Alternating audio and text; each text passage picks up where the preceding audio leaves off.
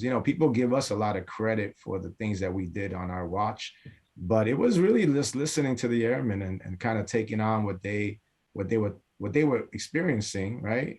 Family wise or even policy wise, and just, hey, have we ever thought about, and those, have you ever thought about, really, that's on us, right?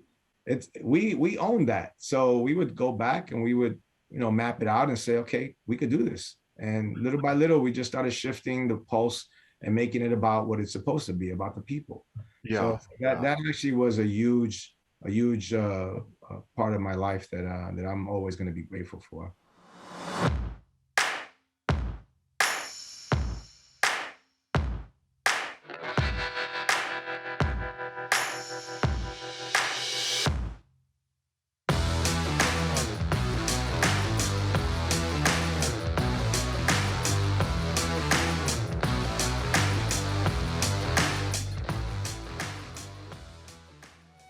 There he is. There he is. Bro, but look, man, first of all, thank you, man. And I'm hoping that you're doing well. I'm doing. If I was any better, I'd be raptured, bro. I'm doing great, man. Tell me, how did Manny become Manny, bro? And what I'd like is, I'd like you to go back as far as you're comfortable going back. Oh, And bro. like, tell me the journey. What's been your journey? Man, I tell you, started in New York, and I tell folks all the time, the military literally changed my life, right? With the opportunity. So I'm sitting in high school and senior year, and there's a guy from my neighborhood who actually joined the Marines, and he's coming back to do the RAP program, right? Recruiters Assistance Program, and he walks in. First, I didn't even recognize him. One, you identify a Marine, right? He had the blood stain stripe down his pants, and he was locked. I didn't know that he joined the military. So you can imagine my surprise when I realized who it was. But this is a guy that I knew from the neighborhood who was the local like thug. You know what I mean? Like, he wasn't gonna, you kind of know these folks and you kind of watch them and you see them, but you don't realize that they're probably thinking the same way as you, man. How do I get out of here, right? And man, I tell you, when he started to talk and he realized his change and his development and the fact that there was so much more, it inspired me, man. So I graduated and I went to see the Marine recruiter. And because I was like, if they could do that to him, but I tell you, I realized if they changed his life, if they changed his definition, man, I can't even imagine what I can get out of this. So I went to see the Marine recruiter, and when I showed up, and I was so I don't know if you've ever been to New York, but the recruiting station in New York is right in the middle of, and this is Manhattan, right in the middle of Times Square. So it was this little shack in the middle of Times Square, right, in the late 80s. And I'm talking like no security. I mean, the door had a bell on it. That's how old it was, right? And I walked in, and the guy that was at the door, he said, "Hey, can I help you?" And I said, "I'm looking for the Marine recruiter." And he said, "He's not here right now, but I'm just curious. Why do you want to join the Marines?" And I started telling him about, this guy from the neighborhood, and then as he started talking to me, he shared some real talk, right? Like, hey, so why the Marines? And I said, man, have you ever seen the uniform? It's a kid, right? I'm giving him like kid responses. And he said, hey, first, you should never join anything because of a uniform. And then he said, what are your interests? Before I knew it, the guy was giving me a conversation, and he was the Air Force recruiter. And he asked me when did I want to join? Like, when did I want to go in? And I told him yesterday. My life in the city was, it wasn't the most inspiring, right? You kind of see the same people doing the same thing in the same environment. And I knew there was so much more, man. I knew there was more to do, and I needed to do it somewhere outside of that environment. What role did your parents play in your life at this point? Oh, so Man, great question. So my mom, I'll tell you, it's funny. My both I was fortunate, right? I still had both parents, and at the time, and you know the nature of a city kid, you know, it's you kind of grow up fast, right? You know, I didn't have the dad who was going to baseball games, and you know, it wasn't that kind of environment. But I remember when I told them that I was leaving, they didn't believe me. Literally, my mom, until the day the van came to pick me up to go to MEPS, she thought that it was all a front. It was crazy, bro. Yeah, yeah. So were you close with your parents or not really? Yeah, yeah, I was. I have an older brother, and you know, he's got like 8 years on me. So I saw a lot of the mistakes that he made, and I was trying to just make sure that I didn't get caught up in those vices, right? But my mom and I guess my dad's relationship, the way I see it, is he was his father, right? Very, very fundamental to the norms of being the breadwinner. You know, kind of bringing home the newspaper, the milk, the eggs. You know, he was validated as the role, but there was no, you know, the empathetics, the, you know, I'm like the way I am with my children now. I'll share, Noble, is, I mean, I tell them every day I love them, right? If I have the opportunity. My oldest is in the military, but if I tell him that I love him, he knows, because I've been telling him all his life. I never had that type of relationship with my father, right? So you know, so I knew we control that, like we own that, and for a long time I had a lot of animosity for him because of that, until I realized, and then, you know, what a great segment, right? EQ. I realized that he was who he was because that's all he knew. You know, there was no room for development. There was no room for growth and change. He was his father. So I own that, but it was very late in my adulthood that I understood that, because for a while I was just salty. You know, I was just a pissed off kid from the city who just like any other you know, child growing up, you need parental guidance, right? So my mom was really the stern. She was the hard, you know, in your face kind of, where you been, where you at, going to school for teacher conference meetings and such. Those things were expected, but they necessary, but it wasn't the norm. You know what I mean? So joining the military was really an opportunity for me to just get out of the city, and you know, I wanted to drive those checklists, right? Education, you know, travel. I wanted to do something, and truthfully, my goal was to do my committed tour and then come back to New York with a trade, right? You know, I want be a cop like the rest of my family was, you know, just kind of drive back into that role. But man, it was an amazing start to the journey. And that recruiter, I had an opportunity to see him again, which is crazy. I was now a E6 tech sergeant.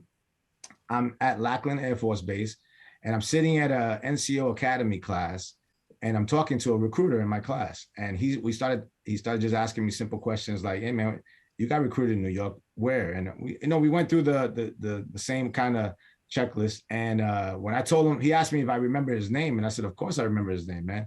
And I said, "Luis Rivera," and he said, "There's no way, man. That's my chief." And I said, "Get the hell out of here. Think about what you're saying, man. It's New York City. How many Luis Riveras, you know, what are the chances?" But at one of the breaks, we actually walked up. The recruiting group was there in San Antonio, and we went to the office. And bro, no doubt, it was him. So I actually sat across my recruiter at my NCO Academy graduation. That was probably the coolest thing in the world, man.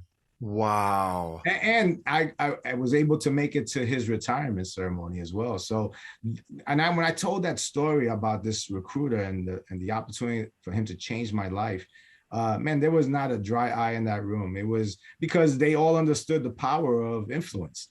And this guy, you know, he spoke my language. He was from my neighborhood. He understood why I needed to leave that environment, and he expedited it. You know, like he knew that there would have been a deterrence or any obstacle, it would have changed the whole output, and he would have lost an opportunity to get me out of there.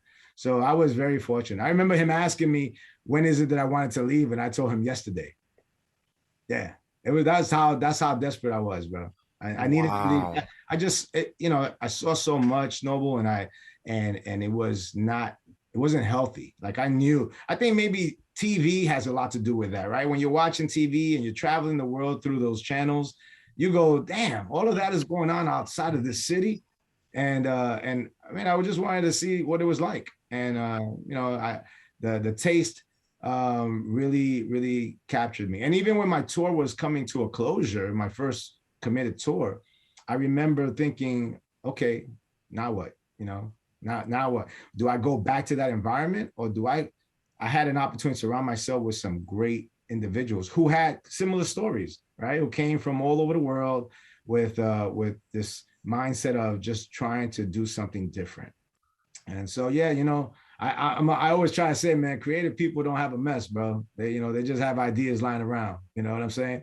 So Mm, I was fortunate to grasp a lot of folks who were different, right? They weren't from where I came from, but I had what a great opportunity to learn about that. You know, learn about right. those cultures, those the different ethnicities, the people. You know, it's funny because people in New York, they tend to think that there's no racism in the city because you know, you come from a melting pot of different you know, backgrounds. But until you join the military environment and you actually face it, right? That's what I didn't have. In the city, you never dealt with it because you were never confronted with it. But when you're in a military environment, you have to learn about yourself, your acceptance, right? What you accept in your life, and the opportunity to grow, to get to know those individuals. So that actually was one of the pinnacle pieces of decision to stay in the military, man. I just love the fact that I was learning so much, not just about the people, but about myself, you know? Right. And that's huge, man. When you're talking about someone who's, you know, funnel system is usually, it's never about them, right? It's always about, you know, what they confront in life. So yeah, bro, that's like the real short to the long story madness, man. But I you know, looking back on my career, man, I sometimes it's you know, there's some days that I just go, man, how the hell, you know? I just came back from Orlando. I was in Orlando, and my cousin Naomi was there, and she just moved there from New York 6 months ago, and we were just having a conversation about, you know, back in the city, back growing up, and she kept saying how proud she was of me, and all I can tell her was, you know, Nay, you know, the support that I had was really because of people like her, right? That Mm, instilled this, you know, there's so much more you can do, and even through my conversations now, I find them difficult, man. And plus, you know, another great, you know, piece that came out of that was, of course, you know, my wife, right? You know, I grew up with her in the city. You know, we met as teenagers, and then having that opportunity to have someone who understood you before you became, you know, this person, right?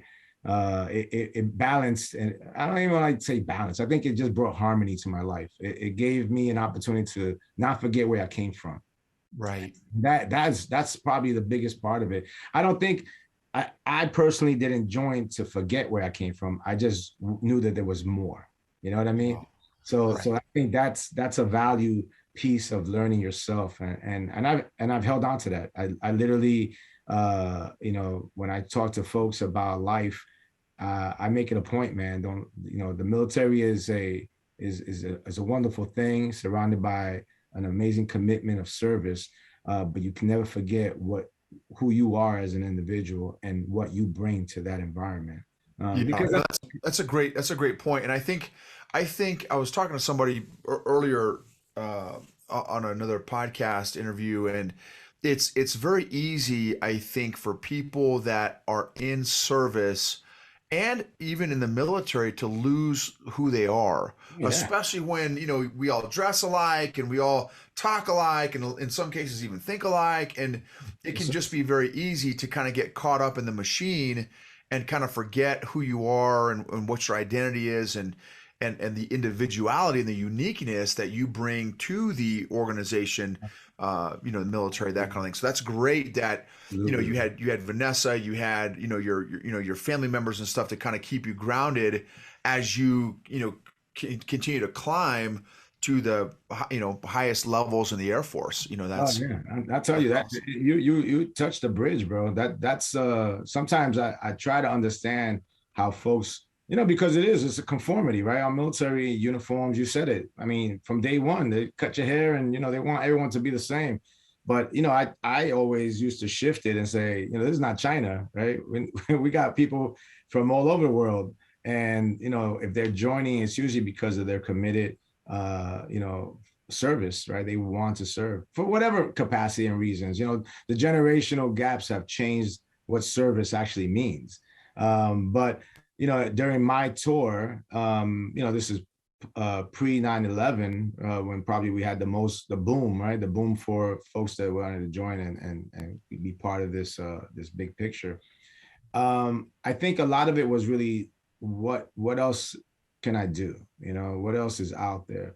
And as much, I always reflect on what my life would have been if I didn't join the military, right? Would I still be Sure. alive? Would I be, and these are choices, right? But sometimes the environment dictates those choices.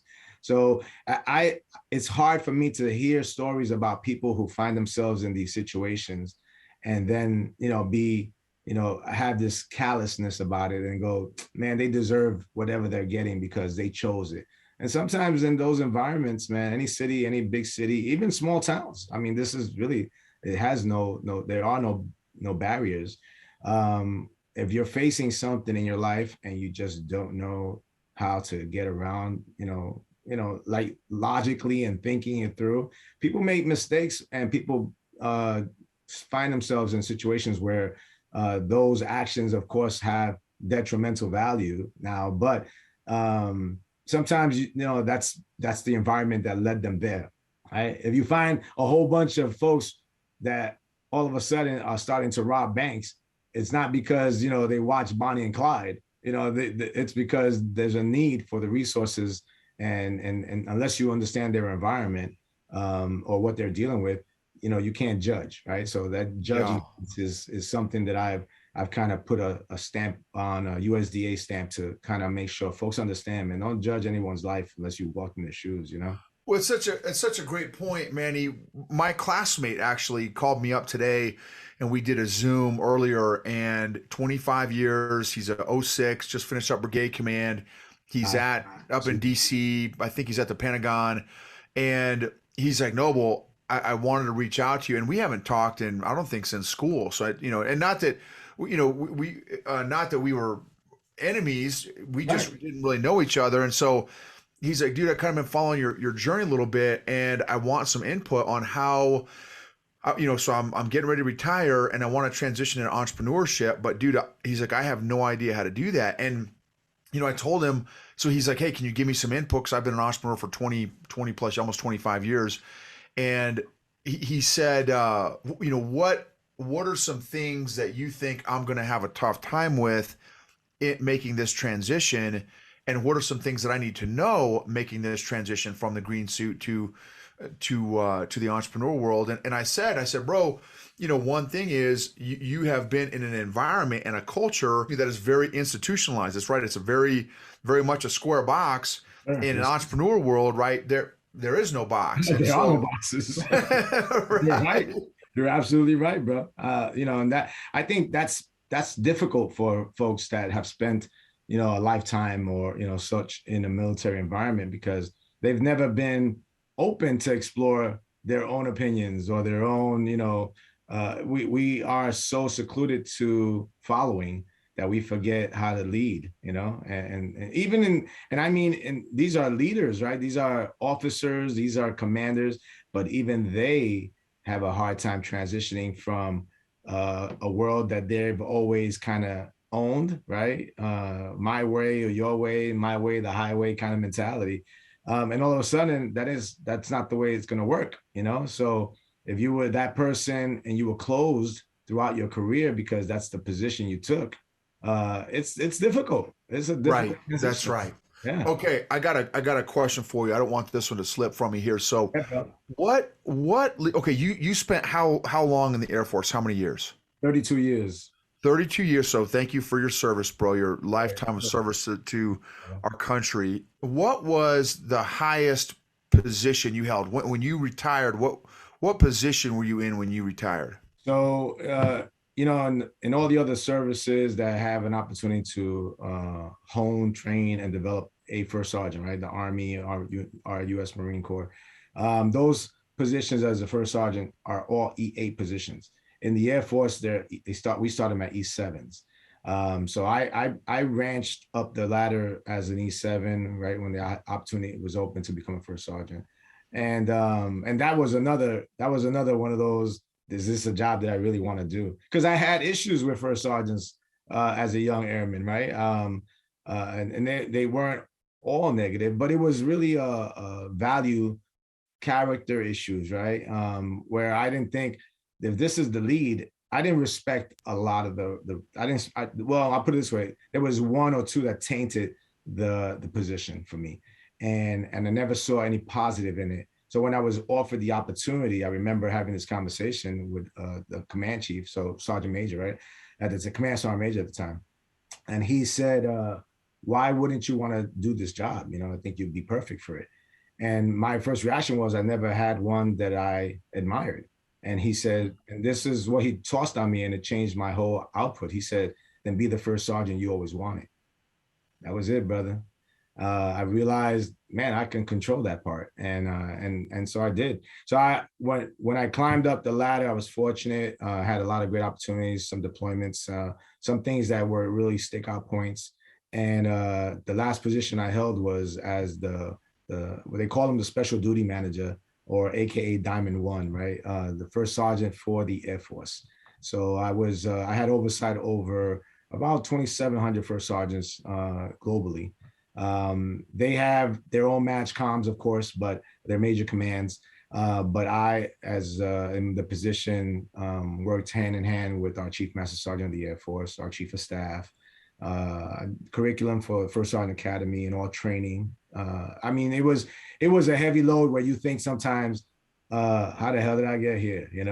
And I knew the craziest part is I knew everyone that served in that position. I knew them as a first sergeant, like when I was in the field in operations first sergeant. So then to have the opportunity to actually be in the seat of all these predecessors that I've watched and grown with, it was humbling. It was very humbling. But the opportunity was offered, and I didn't jump at it. That's the craziest part, brother. The story is that I was going to retire in 2017. And I had a great career up to that point, but I just knew it was kind of, dwindling, right? The Air Force, it wasn't fun anymore. And a lot of cultural shifts with some, it was a lot more bureaucracy than people. And that was, for me, there was kind of a hard, it was a hard sell to try to go out there and sell programs that I just didn't feel comfortable with. I just, you got to know, right? And I was ready to retire. I had a great boss at the time. I was at the district of Air Force District of Washington. I waited him out, actually. Great boss, General Darrell Burke. And I waited for him to retire. And then I was going to retire right behind him because I wanted to go out with a good pulse. Well, 2 months before I was getting ready to retire, I received a phone call from the Chief Master on the Air Force, the 18th Chief Master on the Air Force, Khalith Wright. And he said, "Hey, I heard you're retiring." And my first reaction was, "You coming to my retirement?"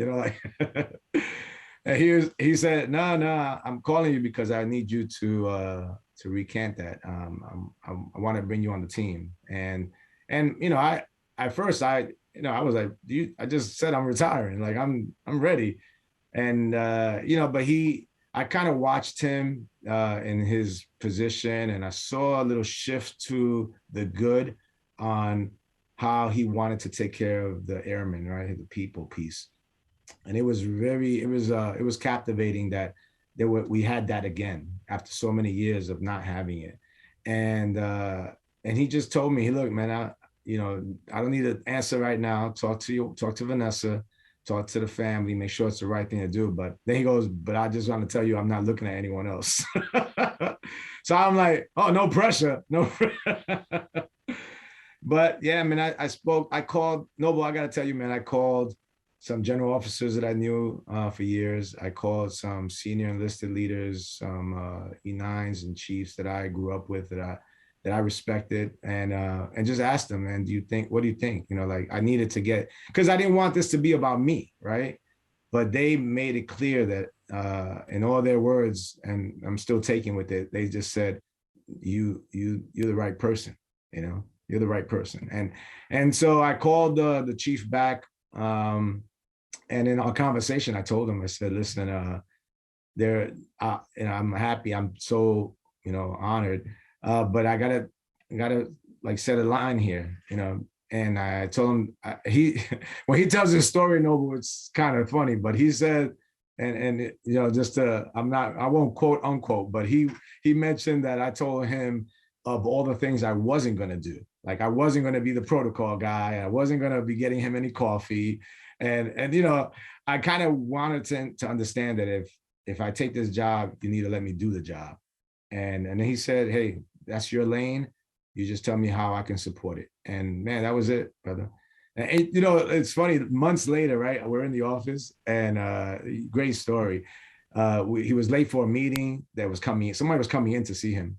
And we were just in the office talking. And I said, "Oh man, let me get out of here so you can do your thing." And he says, "Hey man, can you get me a cup of coffee?"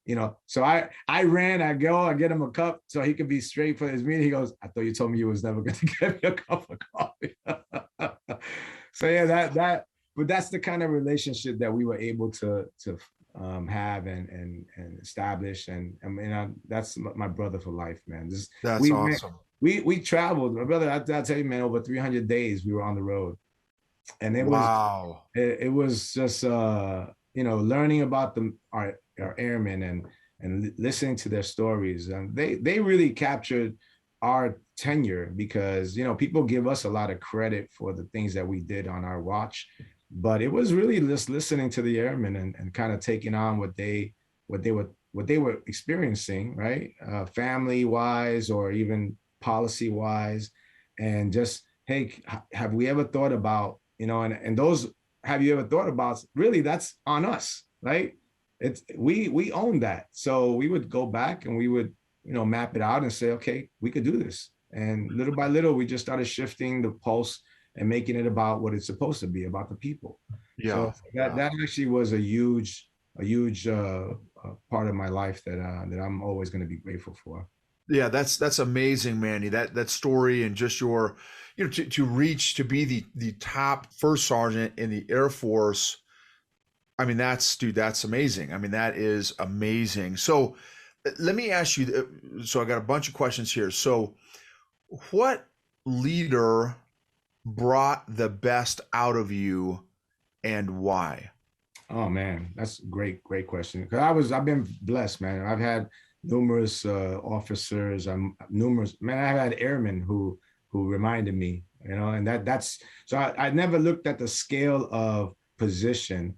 There were just opportunities for people to have insightful views at different parts of my journey that really, readjusted, a reminder, a poke, there was at times people who just challenged my character, or my values enough that I go, man, they're absolutely right. Like they made me look in the mirror, and that to me was like, wow, that's huge, but I'll tell you, the person that gave me a lot of strategic viewpoints and kind of gauged an opportunity for me to see the military from a different lens, not just on the ground operationally, but more strategically, was the boss that I had up at when I was stationed up in Germany, General Gorentz. I'll tell you, that guy, man, I was working for him. I was his first sergeant at 3rd Air Force at the time. But he really invoked and he empowered me, that you can imagine, right? I'm an E8 at the time.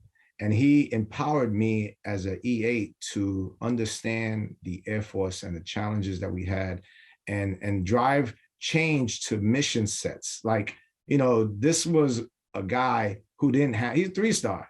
He didn't have to give me any type of leverage, but he made me understand, and he brought me into conversations that were probably way above my level. And I mean, like, from a military rank perspective, because, officers have a tendency to make decisions, and sometimes their advisors are other officers, right? So they don't get an opportunity to really get the ear to the ground where the troops are. And when you get an opportunity to provide that, it couldn't be like Mickey Mouse, right? It had to be some real world, impact that you can have with the pulse of the enlisted force that you had around you. At the time, I think I was the president of the First Sergeant Council. So every base, every wing has a council of first sergeants, and they meet every week. No, it's different than any other tier group that meets like on a month or a quarter. First sergeants meet on every installation, if they're active duty, every week. So every week they have a designated time, designated place, and that's the place to discuss what's going on in the community. So it really bonds us to have a better understanding of what needs, right, of that particular wing. So at the time, I was the president of our first sergeant council, like the council, and not so I would set the meetings up, or my vice or whatever, but we were collectively gauging all that was going on in the wing. And what I used that leverage based on the conversations I was having with my boss to make sure that we could get the right information, to get the right resources. And then, I had an opportunity to sit in some heavy conversations with him and his commanders. And that's where you really get a good pulse of the folks, right? The people. So that was a great opportunity for me to really understand that there was a huge significant difference between how enlisted and officers think based on the levels of experience. And that was like eye-opening. And bro, I was a E8. I've been in the military for years, but never was exposed to that type of conversation. Now, as a first sergeant, we are the advisors, and we kind of share a lot of common space with our commanders when it comes to discipline, right? But and even the morale piece is a fair line of commanders who want to take care of their people the best way they can, but it's still not gauged at a higher tier, right? These are squadrons. These are like the flight command venues. So it's really personal, but it's not overall. Doesn't have a big structure of strategy behind it. You don't know the why, right? And it's kind of like Simon Sinek, right? The whole know the why piece. But once you understand that, then you get a different conversation that you can have that can instrument those types of a different type of advice, right? And so I always say he was the guy that pretty much led me into that world and gave me a little bit more optics. He's also the guy who I say took my diamond away, because he was the one who pushed me to come to the Pentagon on my first tour and work under the whole international affairs piece. So that was something it was funny. I still remember that conversation. He said, "I think you've been doing first sergeant work for like, you got this. It's time to expand your horizons." That's right. That's awesome. Okay. How have you grown emotionally as a leader? Oh my God, brother, man! I tell you, long time, man, in the making. It took me a long time to learn my own vulnerability, and kind of, I used to always plan, right, and say things like, "Yeah, we'll get there. We'll find a way to get there. We'll get there someday," right? And the growth was really, someday is today. Like, there is no room for trying to plan, because you don't know. You can't plan in an environment that has so much ambiguity. No one in 2019, no one could have planned for COVID, right? So this stage that we are, I mean, we're reactive to everything that happens. So I kind of had to relearn a new mantra of moments of greatness. Like, okay, so how do I explore that? How do I get to a place where I remember how it felt when I had everything clicking, right? What made me have that pulse? What gave me that decision making tool?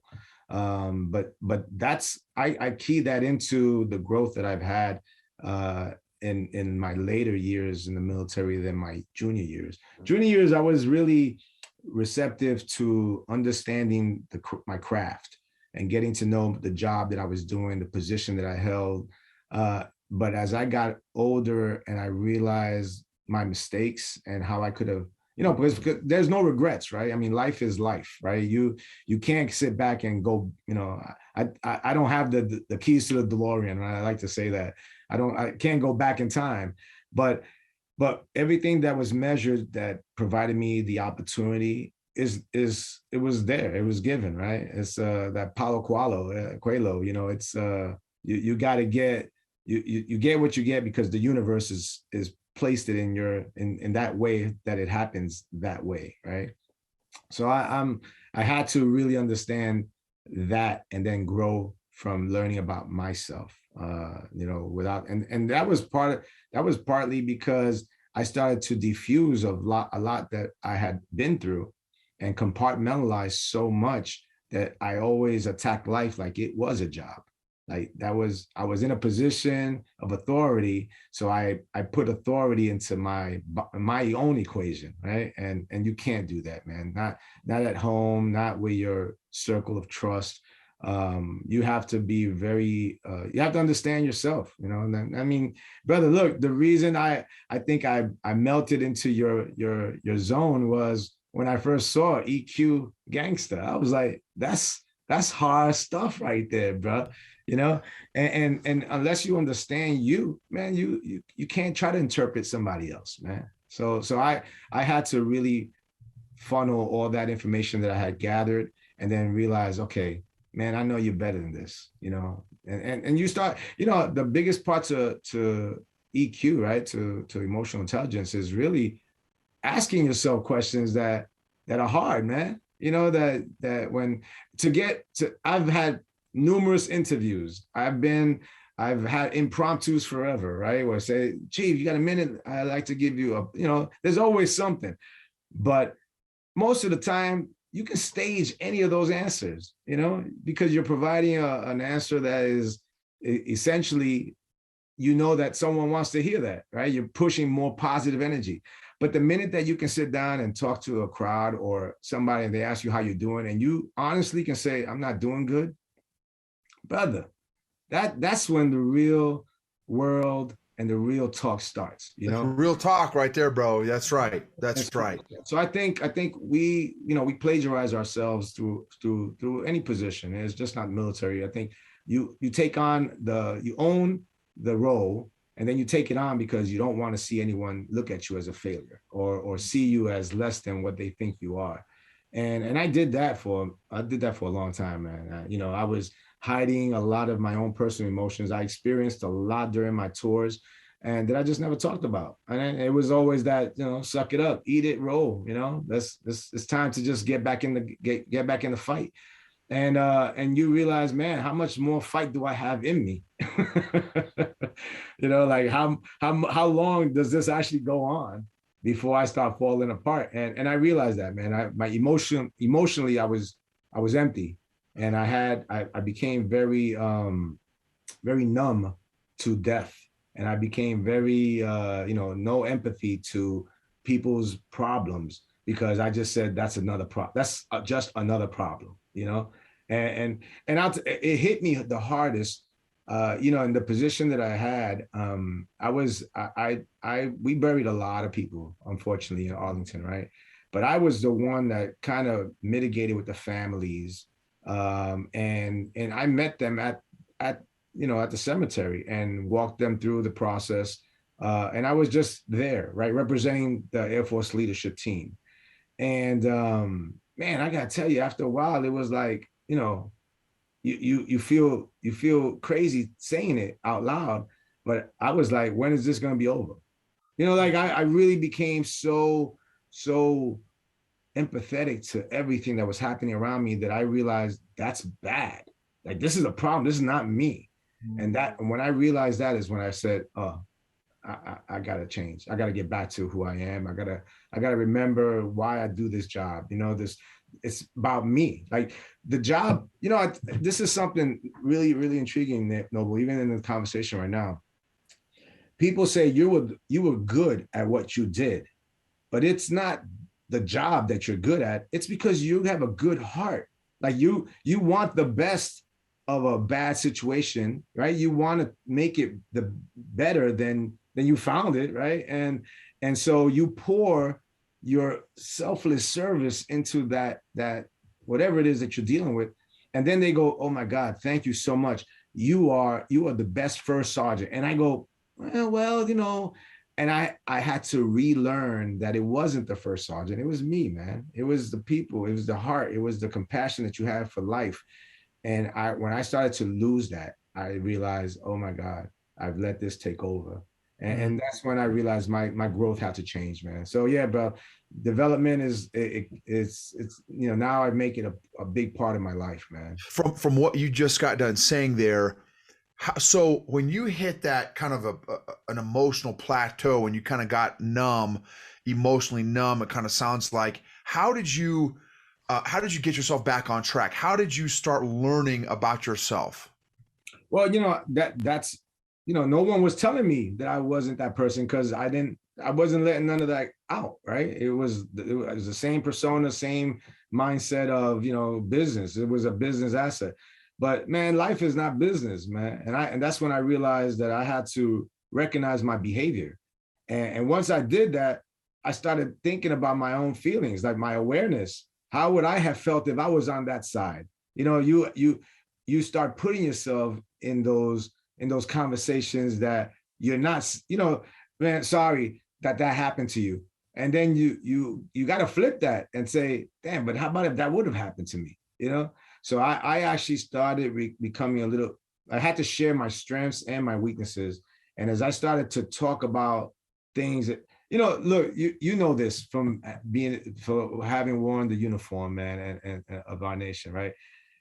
If someone would usually ask you about something, right? I mean, anything, right? Hey, Noble, have you ever heard of blah, blah, blah, blah? You go, you know what? I haven't, but let me get you an answer. I'll make sure and get you an answer, right? Most of the time, we don't have a clue of some of the things that we're challenged with.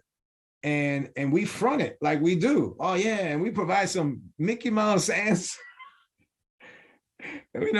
It's crazy how we become this fragment of our whole self.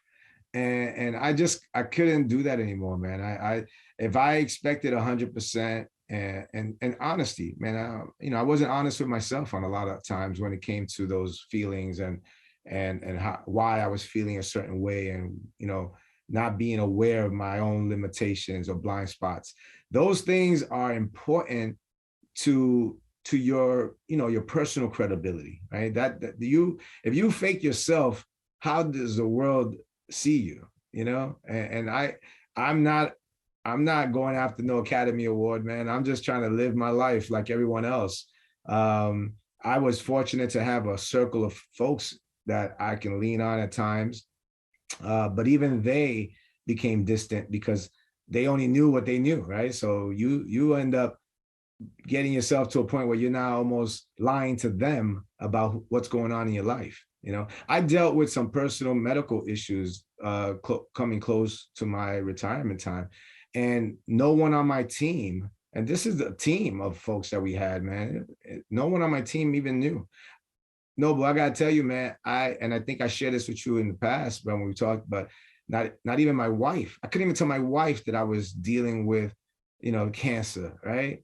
And my family, because they see me a certain way. So I could not come across like I was lesser of the person that they saw. And when I realized that, bro, you're in a dark place. Like, this is my family. And that's when you have to come clean with yourself and say, yo, you're better than this. You start asking yourself those tough questions and saying, come on, there's no way you can expect this from someone else, but you see yourself, you're the first person you see every day. And there's no way that this should go on. So yeah, it's real talk, man. Real No, talk. thank you for your vulnerability and your transparency, Manny.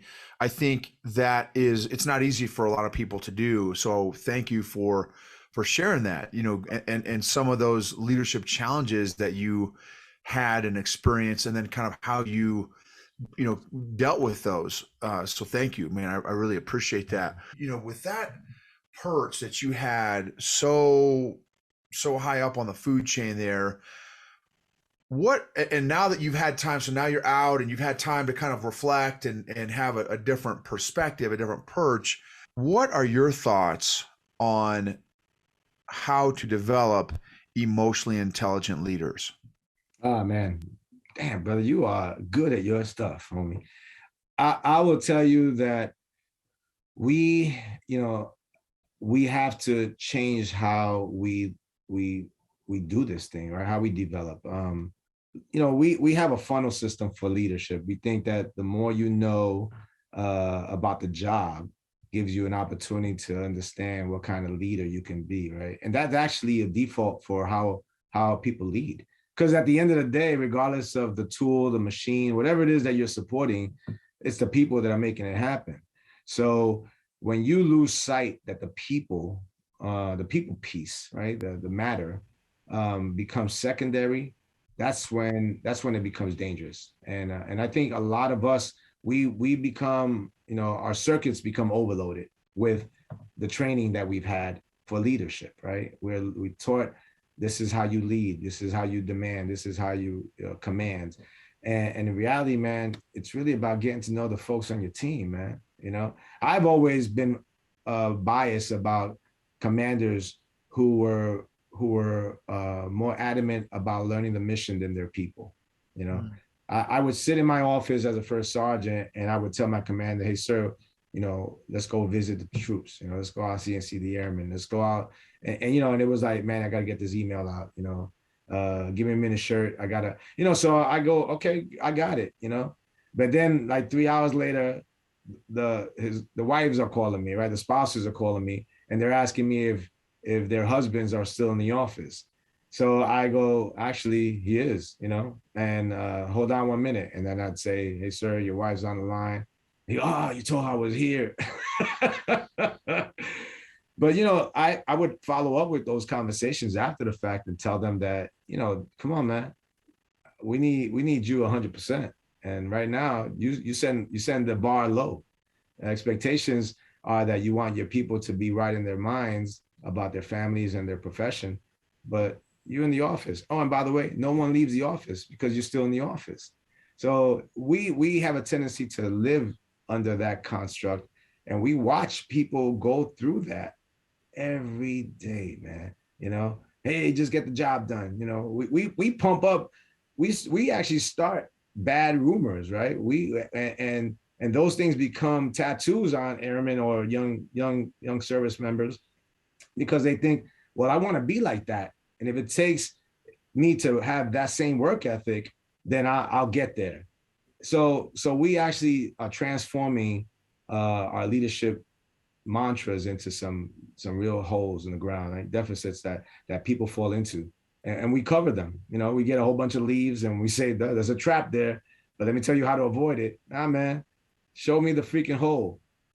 Get the leaves out of the way, man, and just tell me the real truth about this. I think we have to change our thinking when it comes to development, man. It's because it's just not about the job anymore. It's we're getting away from the humane factor, like the humanity of the why, right? Get to know the folks, understand where they come from, understand what they have going on in their lives.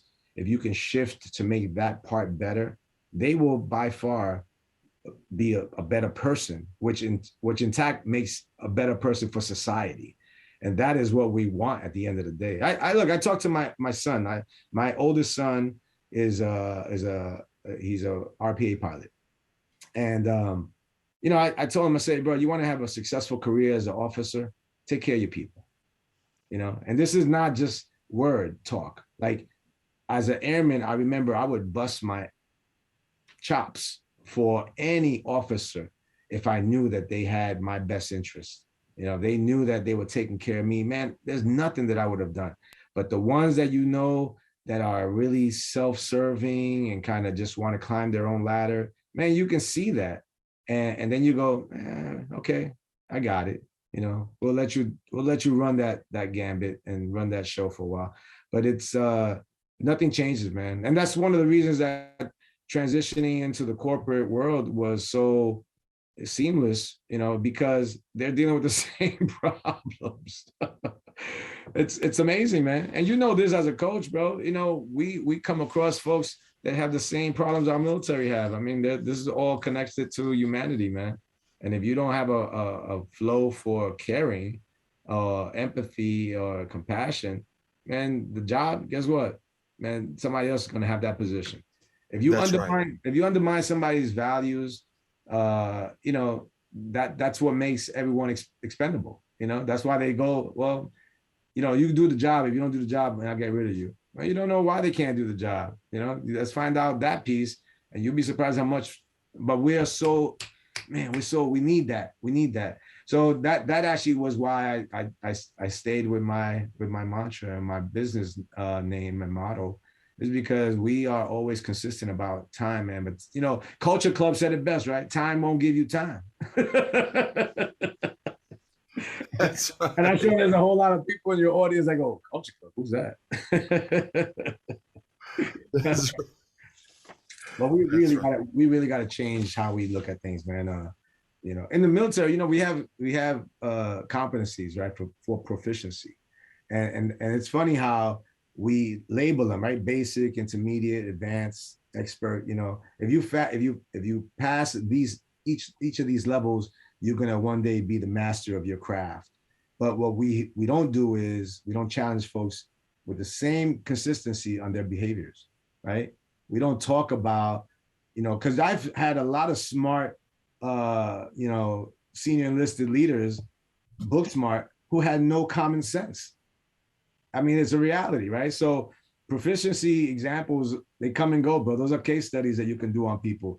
But when you talk about honing into institutional competencies, right? Like really valued emotional competence, that is where your success of any operation will happen, man. You develop effective leaders by the humane capabilities, right? By how they feel, how they sensitize themselves. Are they developing themselves? And not just through education, but really honing into the things that make them a better person. Because this is what it's really about, right? No, that's exactly right. I think a way to say that is in my experience, the best leaders that brought the best out of me were not just technically and tactically proficient. Who are? Right. It's more than that. Yes, obviously as leaders, there's an expectation that you should be technically and tactically proficient, but it doesn't stop there. If you want to maximize the performance and health and culture of an organization, it's got to be way more than just you've got that FM, that field manual, or that technical manual memorized. Yeah. Right. Because a cheesy quote that we used to say a lot in the Army was, people don't care how much you know until they know how much you care. That's right. And that's true. It may sound like flippant, whatever. No, that's for real. But it's real. What does that look like, right? What does, it's easy to say, hey, just care about the troops. Well, what does that mean? What does that look like in real life? Yeah. And one of the things that used to completely upset me, drive me cuckoo for Cocoa Puffs, was that comment that you had observed from your leaders is when we had a brigade commander. When I was a staff officer, we had a brigade commander who would do leadership, right? And that used to drive me cuckoo for Cocoa Puffs, because in my opinion, there's no such thing as leadership, right? I'm going to lead you, Manny, by sending you a really good email. No, man, that's not right. That is right. But you're spot on, man. I think that there's this power entity that comes with any position, and in the military or in corporate, that people think will drive drive your talent or drive you forward. And the reality is the relationships, man. That's the relationships that you establish will key into the mission and the goal and whatever it is. It's hard, especially in this time now, brother, where people just don't know who to believe anymore, right? Communication has just been so broken. Retweets have invalid data. I mean, there's so much going on right now in the world that you have to really step back and take a good look at how to take a little bit more ownership of what you hear. But I became a fan of, man, let my gut tell me a little bit more about what's going on before I go out there and trust the word on somebody that I don't know. So I mentioned earlier, looking in the mirror, right? So you know yourself. If you're having a problem exploring more about yourself, then that's an obstacle that's going to be hard to get over. And I think when you start breaking down those personal barriers that you've held on to for so long, that's part of the building of the relationships. That's part of this opportunity to grow and learn, not about what's going on around you, but also about yourself and what you can accept. I've been in so many conversations in the last year when we were going through this whole Black Lives Matter movement, and man, there's so much noise, right? White noise. And most of the time it's only because you're hearing it. So you acquire what you get, and then you find a way to try to make it make sense. And man, you gotta learn a little bit more about your own biases and your own acceptances and get to know you. And then you'll be able to have a conversation with someone. And then, because it's not just you getting your opinions out, it's understanding their opinions. Boom. Yeah, that's man. Right.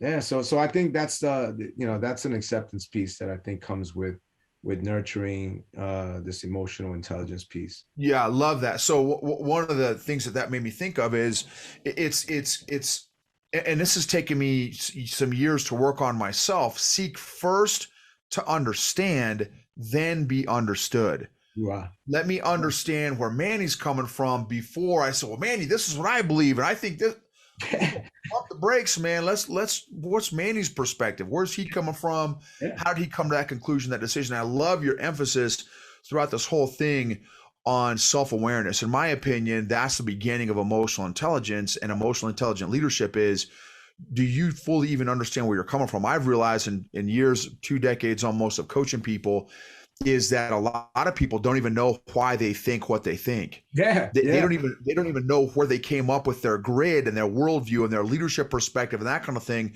So one more. So I've got 3 questions. 2 are going to be quick and easy, but this was going to be kind of like my last question is, you've mentioned multiple times the importance of getting to know yourself and spending some time with yourself and like get some self-awareness and stuff. What are some questions that you ask yourself on a regular basis to further develop yourself? Well, I'll tell you, man, what can I improve? Right. So I'm never happy with the norm of knowing, right? I love books. I love to read. I love to learn what other people, how they interpret subjects that I'm curious about. So I'm constantly gauging that, right? One of the questions I remember hearing a while back that really sparked an opportunity to understand, it's something you just touched on. How do we own these things that become so much part of society, right? But somebody asked me, man, you remember the kind of wallpaper you had hanging in your room, like in your house?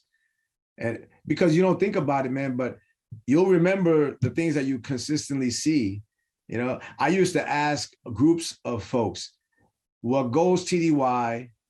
And I'd wait for a response. And they all say, stays TDY. And I go, where'd you learn that?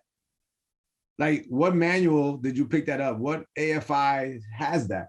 So we have a tendency to acquire things because we think that everyone else around us has to be right. Like, I mean, that's what makes for great TV, right? Newscasters, ESPN, you name it. My opinion matters because I'm the expert, and that's all. Man, if you shut down that, if that's the way you live, then you're gonna be living a pretty lonely life, right? Because you know that's the part that I kind kind of have to always relate to. But that's a huge question I ask people now. I still ask them about wallpaper, man. You know, what's the wallpaper you had in your house? I ask them about you know, what was one of the coolest thing you did when you were young, you know? And I asked myself, so these questions are part of this growth, right? What Because if it was cool back then, it should still be kind of cool now, right? If you remember it to be that way. But you don't, and we don't. Well, we don't ask. We don't get caught up in stuff like that, man. You know, self-awareness questions are always are going to be closely tied to your, you know, how you look at things emotionally, right? But I always try to make sure that I kind of never forgot, right? Who I am. Who am I really? What's the persona? Did the position change me? No, actually, I think I thrived in the position because I was genuinely me. Like I was, if I cared about you then, I was happened to be in a position where now I can tell you I care and you can see why, you know?